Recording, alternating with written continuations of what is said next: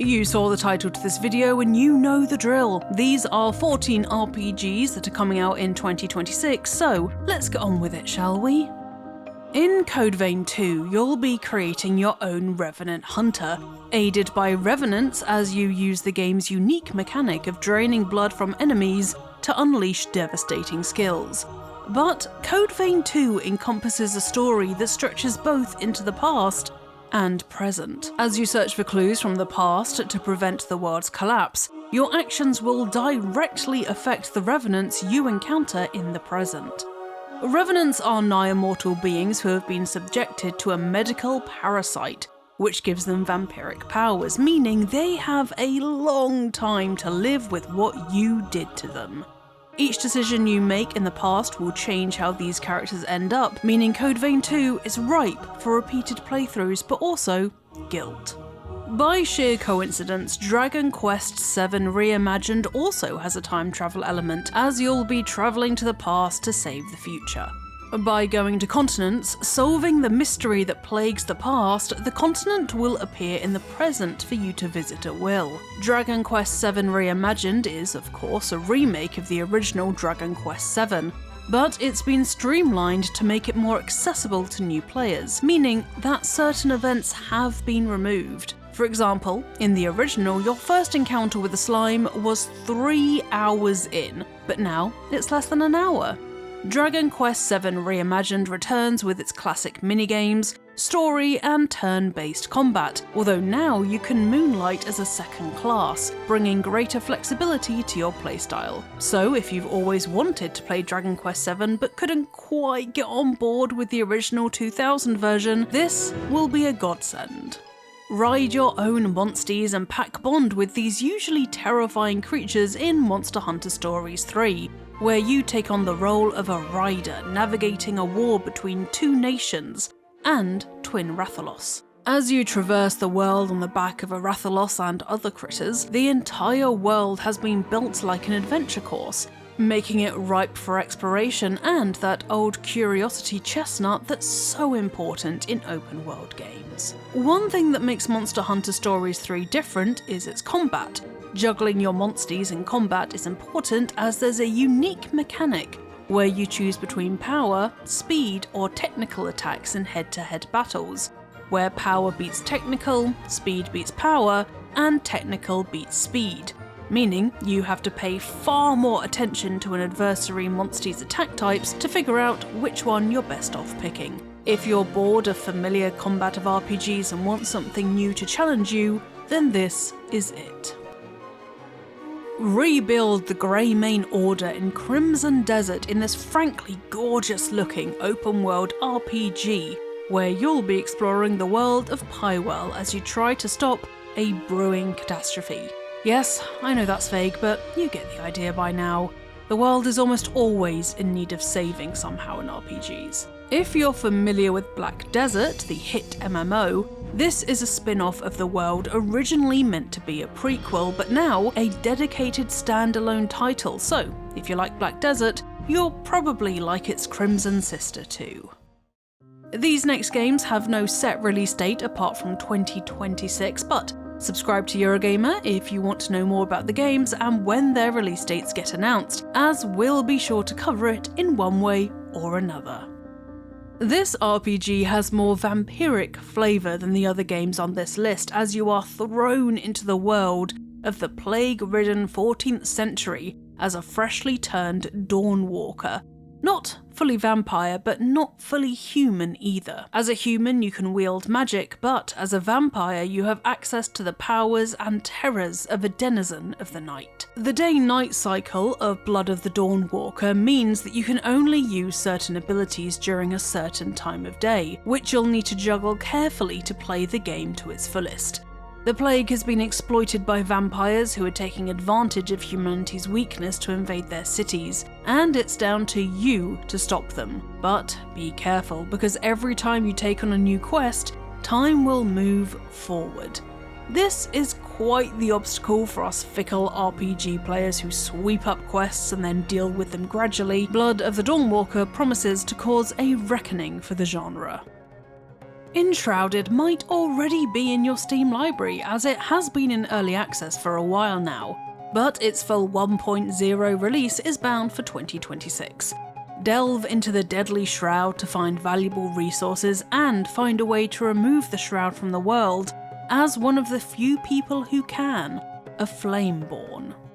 Enshrouded is an old-school survival RPG. Craft yourself armour, weapons, buildings, and even a village to house artisans who will make you what you need to survive in Embervale. We actually already have a ton of videos about Enshrouded on the Eurogamer channel, so check them out if you're interested. Anyway, Enshrouded's 1.0 release comes with creative mode and user-generated content, meaning it's a great time to hop in and see what other players have been cooking up in early access and play the game now that, after a long period of early access and community feedback, it's in its complete state. Witchbrook has captured the hearts and minds of cozy gamers everywhere and, aside from Haunted Chocolatier, is one of the most hungered after indie games right now. Witchbrook has you playing a witch starting their academic year in Witchbrook, learning all about magic and potion brewing while making friends, romancing your crushes, and ticking exams. It looks absolutely engrossing, and yes, the comparisons to the Astronomy Gulch game are right there. You can decorate your house, build relationships to unlock story content, and build your coven and forage out in the world for your witch business. We don't have a set date for its release apart from 2026 at the moment, so I shall continue to gaze into my crystal ball until one materialises. If Witchbrook is up your alley, make sure to subscribe to Eurogamer, as I personally will be covering it down to every last crumb of mana. The Duskbloods is a bit less of a traditional RPG than other entries on this list, but it's worth talking about for good reason. From Software is coming out with a multiplayer PvPvE RPG that continues the Gothic vampire theme, to be found in 2026 in spades. You're a Bloodsworn bound to fight creatures who have become more than human, and you'll be using your vampiric powers to take them down. Every round where you voyage out into the world is time limited, and the winner of each round is determined not by whether you kill a boss, but by how many victory points you get. These V points are gotten by combat or strategic actions, as FromSoft puts it.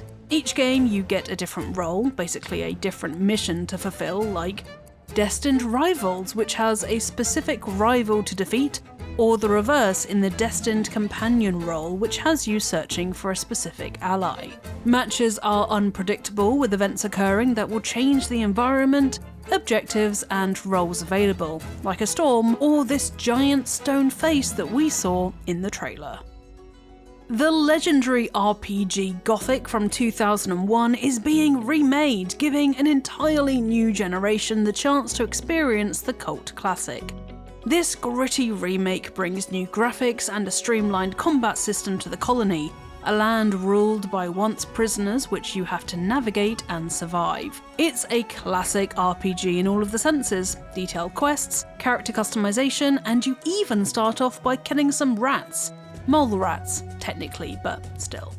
NPCs and wildlife have their own dedicated schedule, which, although fairly common today, was ahead of its time in 2001, so odds are that the Gothic remake will feel more modern than you'd expect from a game almost 25 years old. For fans of nostalgia but who aren't too nostalgic about old gameplay systems and visuals, the Gothic remake should be on your wishlist right now. Lords of the Fallen 2 pits you against the umbral calamity taking over the world, with the realms of both the living and the dead out to get you. Monsters have come into the world of the living, and it's down to you to get rid of them before they cause too much havoc. But you can step into the world of the dead too and return the favour. It's risky, but the rewards are tempting, leaving you carefully tuning your stats and character in this Souls-like RPG to survive the realm of the dead for as long as possible. Whether you set foot in the realm of the living or the dead, both are riddled with Lord of the Fallen's 2's intricate bosses that will kill you over and over, but also make you oddly respect them for doing so. Like Enshrouded, Greedfall 2 is already in early access, so you can play it right now if you so wish. Its full release is coming out in 2026, with the first chapter having received mixed reviews already. The first Greedfall divided players as well, putting you in the recently colonised island of magical beings and twisted creatures, shaping it with your decisions, diplomacy, and, sometimes, destruction. The second is the same vibe, but in a different continent.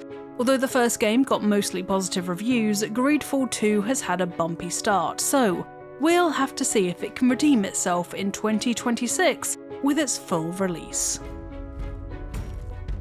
Fire Emblem's Fortune's Weave returns with its famous turn-based combat, with this entry set around the gladiatorial event called the Heroic Games. You'll be striving to win these mysterious games run by the equally mysterious Divine Sovereign. The prize? Your deepest wish will be granted. Details are thin on the ground at the moment, apart from that tantalising tease, but we do know that new classes like the Flying Orneus Rider and the Charioteer will appear in the game, along with a new technique called Blaze Arts. With Blaze Arts, you'll be able to perform a special action, but it will cost you HP, so in the heat of combat, you'll need to weigh up what's more important, your life or a final strike.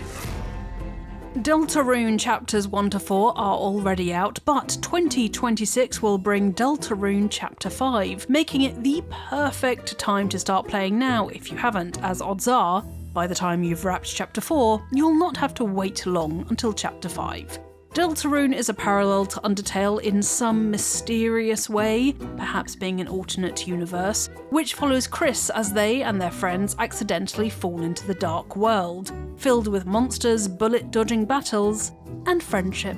There is little else like Deltarune or Undertale out there, so if you're getting a bit of video game fatigue and want to try something completely new, I absolutely recommend Deltarune. And finally, this is one of the games I'm most excited about. We don't have a firm release date even in 2026 or beyond at the moment, but fingers crossed Warhammer Dark Heresy is due for a 2026 release. This is a classic CRPG where you lead a team of inquisitors as you investigate potential heresy and quash those who would defy his holiness. As an acolyte of the Inquisition, you'll need to manage your party's morale to make sure they're fighting at their strongest, while also managing their different opinions on what you get up to. It's impossible to please everyone, and when you're investigating conspiracies, interrogating suspects, wrangling the Inquisition's bureaucracy, and inspecting crime scenes, tempers are sure to flare. There you go, those are 14 RPGs coming out in 2026, more or less, so which one sounds most up your street? Let me know in the comments below. Personally, I cannot wait for Witchbrook, but somehow its polar opposite Dark Heresy is also high on my wish list, so puzzle that out for yourself. Make sure to like this video if you found a new game to keep an eye out for in 2026, and subscribe to Eurogamer for videos about video games almost every single day. Now, I am going to go and gaze at the beautifully horrific bosses of Lords of the Fallen 2, so I'll see you folks next time.